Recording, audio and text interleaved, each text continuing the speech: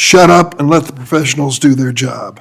Director Patel again sparked mass confusion by incorrectly claiming on social media that the shooter was in custody, which he then had to walk back with another social media post. Mr. Patel was so anxious to take credit for finding Mr. Kirk's assassin that he violated one of the basics of effective law enforcement. At critical stages of an investigation, shut up and let the professionals do their job. To Senator Durbin. Thanks, Chairman Grassley, for holding this oversight hearing during a critical period in the history of the Federal Bureau of Investigation. During my 4 years as chair, I held 4 hearings with then FBI Director Wray.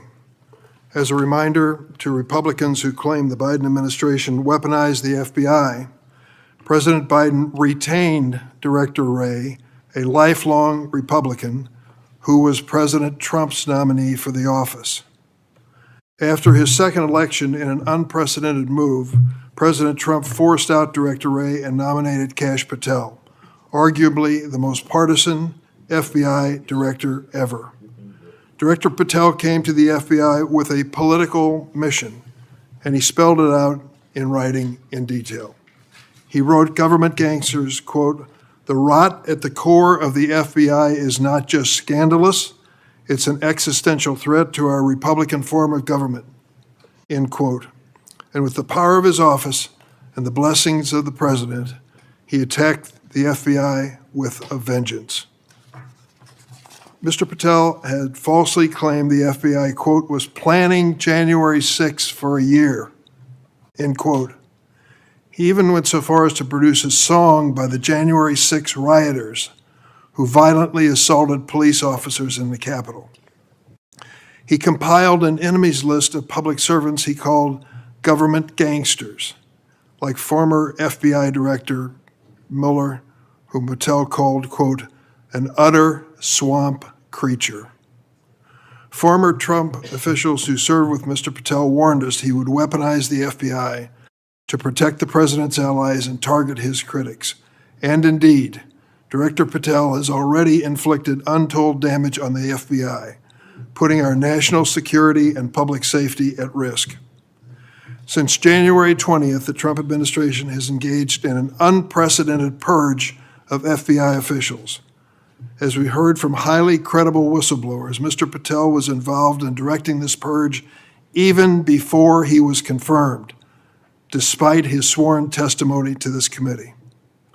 It began with terminations and forced retirements of all 6 nonpartisan career officials who run all 6 branches of the FBI, the executive assistant directors.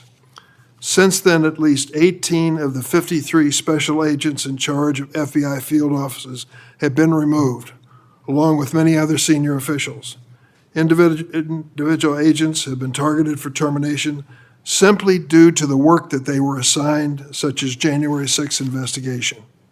In fact, according to former acting FBI Director Brian Driscoll, in a lawsuit filed last week, Director Patel made this very plain, telling Driscoll personally, quote, that his own job depended on the removal of agents who worked on the cases against the president, end quote.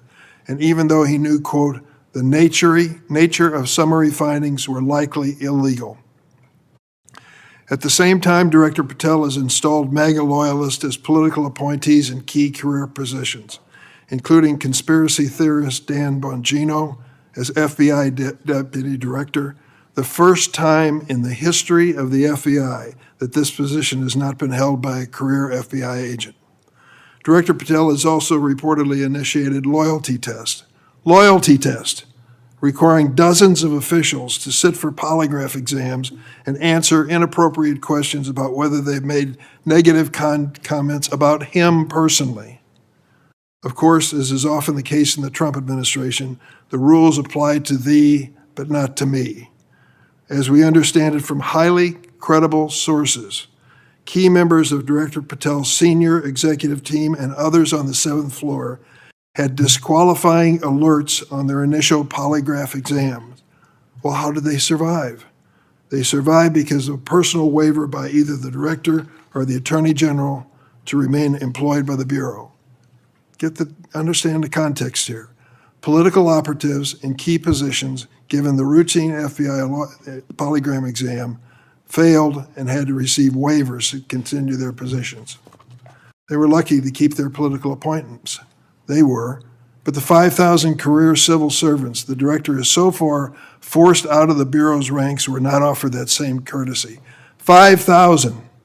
This mass exodus has created a disastrous brain drain, particularly in the fields of cybersecurity, counterterrorism, and counterintelligence. For example, my office has received information indicating that cuts to the Bureau's cyber division will cut personnel by half, despite the ever-increasing threats posed by adverse foreign actors. The brain drain is exacerbated by Director Patel's misuse of remaining FBI personnel and resources to focus on other priorities of this administration. According to reports, the 25 largest FBI field offices have been ordered to divert 45% of their agents from their primary missions to work on the mass deportation of immigrants. Just as concerning is Director Patel's plan to hire fewer qualified agents by removing the college degree requirement and reducing new agent training at Quantico from 18 weeks to just 8.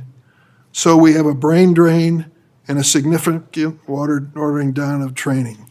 Quite a record, Mr. Patel. As recently fired special agents and others have warned, fast-tracking inexperienced and improperly trained people into critical national security jeopardizes the Bureau's ability to effectively protect America. Director Patel himself had no training or life experience for this position. The result of that incompetence is staggering. For example, after Attorney General Bondi publicly stated in February that the Epstein client list was, quote, sitting on my desk right now to review, that's what she said on Fox, Director Patel diverted more than 1,000 FBI personnel from their critical missions to work on 24-hour shifts reviewing over 100,000 pages of Epstein-related records. These personnel were instructed to flag any records in which President Trump was named. But that review ended in an unsigned memorandum from DOJ and FBI stating simply, there is no incriminating client list, close quote.